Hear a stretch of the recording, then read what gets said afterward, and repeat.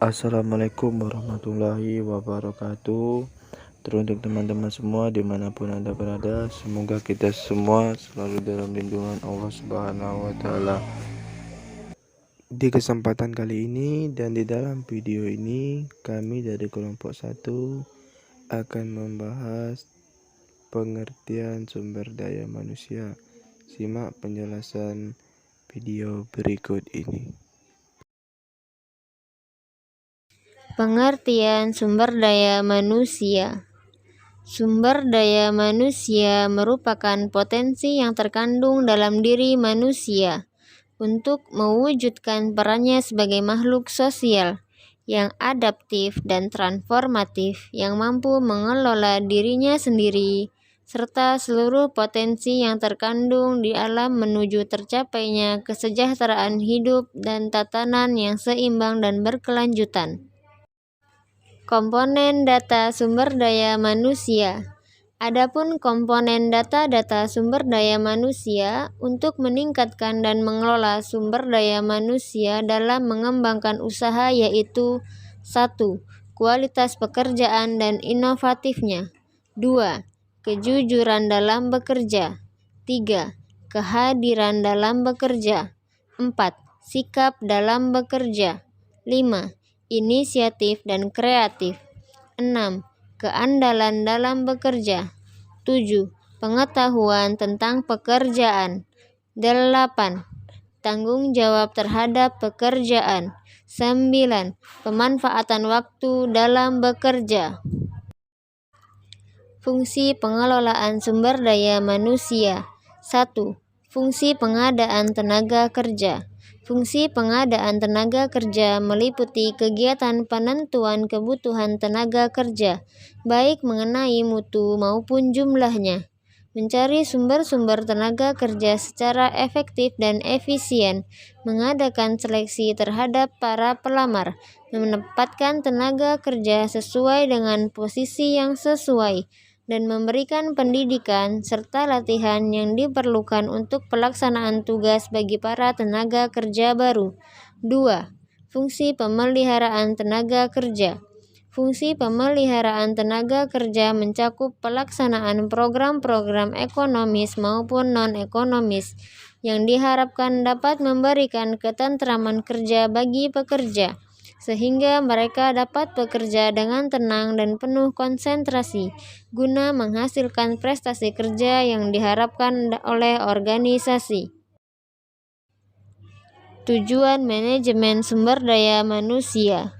Tujuan manajemen sumber daya manusia adalah meningkatkan kontribusi produktif orang-orang yang ada dalam perusahaan melalui sejumlah cara yang bertanggung jawab secara strategis, etis, dan sosial. Baiklah, di sini saya akan melanjutkan penjelasan dari teman saya, Jarat Tunisa. Yang selanjutnya, manfaat pengelolaan sumber daya manusia.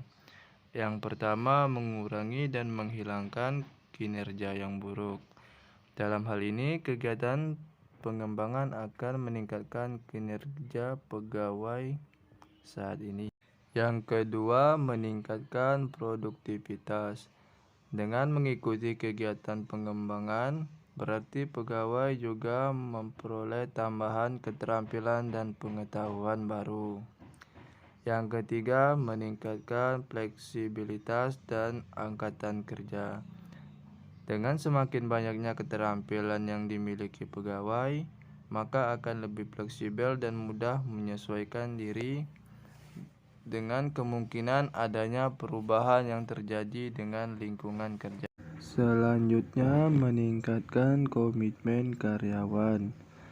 Dengan memulai kegiatan pengembangan, pegawai diharapkan memiliki persepsi yang baik tentang organisasi.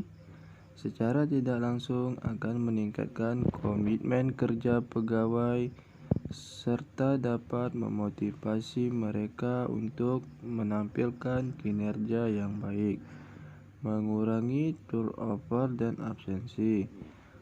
Dengan semakin besarnya komitmen pegawai terhadap organisasi, maka akan memberikan dampak terhadap adanya pengurangan turnover absen.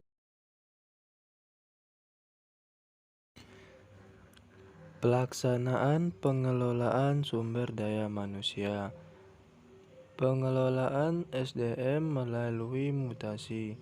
Mutasi adalah kegiatan dari pimpinan perusahaan untuk memindahkan karyawan dari suatu pekerjaan ke pekerjaan lainnya yang dianggap setingkat atau sejajar.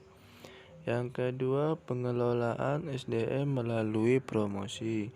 Promosi adalah kenaikan jabatan yang lebih tinggi, baik kekuasaan maupun tanggung jawab dalam struktur organisasi perusahaan. Yang ketiga adalah pengelolaan SDM melalui motivasi. Motivasi adalah suatu perangsangan dan dorongan bagi karyawan yang akan bekerja lebih giat dan produktif. Yang keempat adalah pengelolaan SDM melalui actualiting. Untuk melaksanakan perancangan SDM, perlu diadakan tindakan actualiting atau penggerakan. Ini semata-mata ditujukan untuk mendapatkan SDM yang penuh disiplin, taat, patuh, dan setia dalam melaksanakan tugas pekerjaannya. Analisis jabatan dalam pengelolaan sumber daya manusia. Kegunaan analisis jabatan yaitu yang pertama, fungsi administrasi. Fungsi ini erat hubungannya dengan dokumen yang berhubungan dengan fungsi kontrol dan pengendalian bagi perusahaan. Yang kedua, fungsi maintenance. Bagi perusahaan, evaluasi dan pengembangan organisasi menjadi perhatian yang khusus dalam menjawab tantangan kebutuhan bisnis yang sangat kompetitif saat ini. Cara memotivasi sumber daya manusia. 1.